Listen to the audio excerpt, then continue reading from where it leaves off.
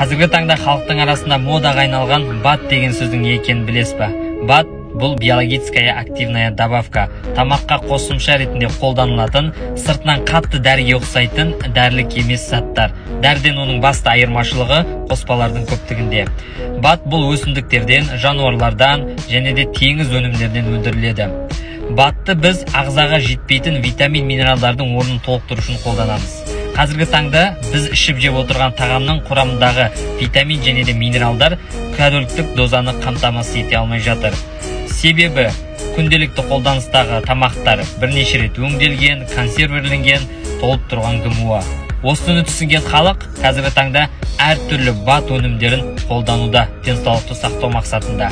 Ал енді сіздің бат жайлы ойыңыз қандай? Сіздің пікіріңіз біз үшін өте маңызды. Комментарийға өз ойыңызды жаза кетіңіз.